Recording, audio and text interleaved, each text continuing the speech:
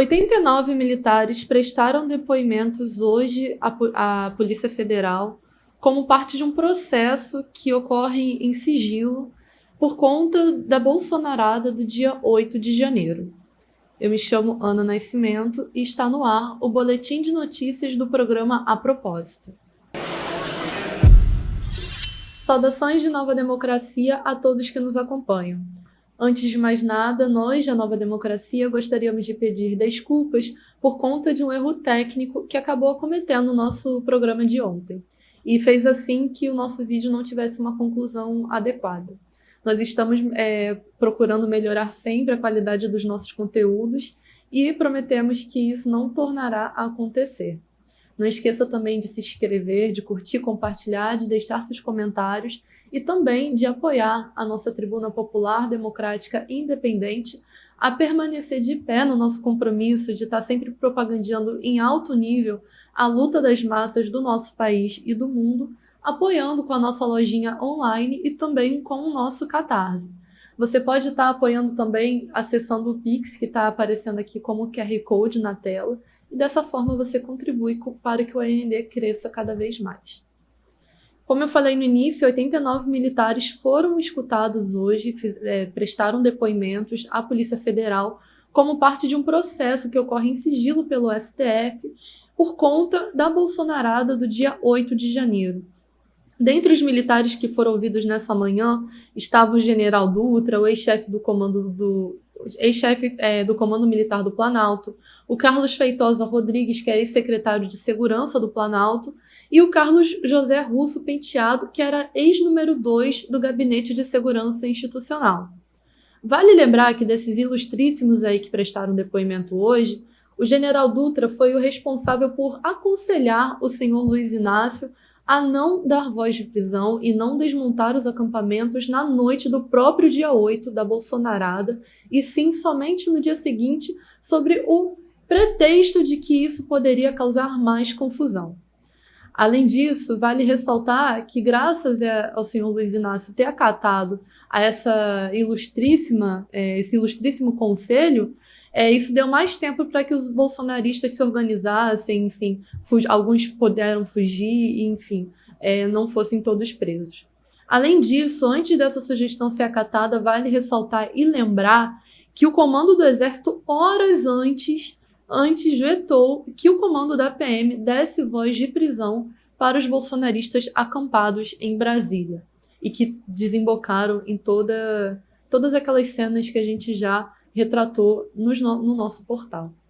E aí fica bem patente, né, que alguns dos principais responsáveis que incentivaram, que falaram que era movimento democrático, que eram manifestações democráticas, que era a voz do povo que estava na rua, não foram sequer tocados ou citados.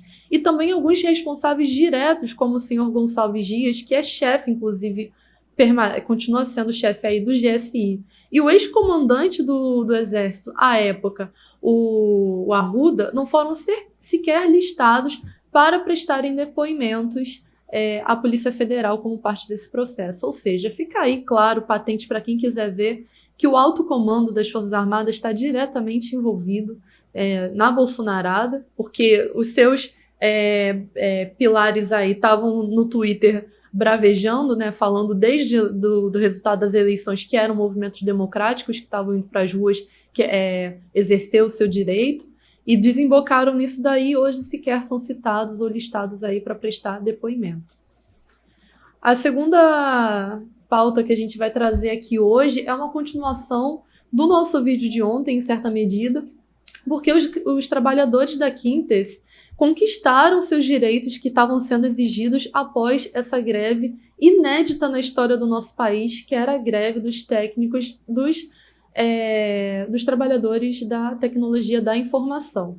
Esses trabalhadores conquistaram a quitação do banco de horas e verbas rescisórias, além do cumprimento do pagamento retroativo porque seus salários estavam atrasados e dos reajustes também de auxílios creche, alimentação, transporte, férias e o reembolso de quilometragem rodada por esses trabalhadores.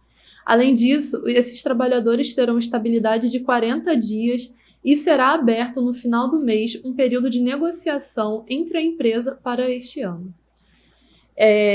A próxima pauta que a gente traz também é que os servidores de Ribeirão Preto enfrentam uma liminar por decretarem uma greve pelo aumento salarial. Os servidores municipais de 4 setores, dentre eles o professorado e os trabalhadores da saúde de Ribeirão Preto, decretaram uma greve nessa última semana por um reajuste salarial de 16%. E exigindo também um aumento de 20% no Vale Alimentação, além do abono salarial de R$ 600 para os trabalhadores da ativa, aposentados e pensionistas. A prefeitura, no entanto, está oferecendo um reajuste de apenas 6%. No sábado, a prefeitura conseguiu uma liminar na justiça para exigir que a saúde não fosse afetada pela greve e que os outros setores tivessem ao menos 60% do efetivo.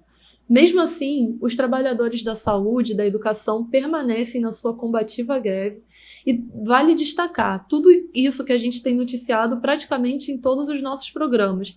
Esses trabalhadores não estão esperando seus direitos caírem do céu, eles estão partindo para uma luta ativa e ver, por exemplo, essas liminares que a prefeitura lá de Ribeirão Preto tem conseguido, que praticamente está impedindo o direito dos trabalhadores de lutarem pelos seus direitos mais do que justos, mostra, né, como essas pessoas, mesmo diante dessas chantagens, permanecem numa luta aguerrida para que seus direitos sejam garantidos e não sejam cortados.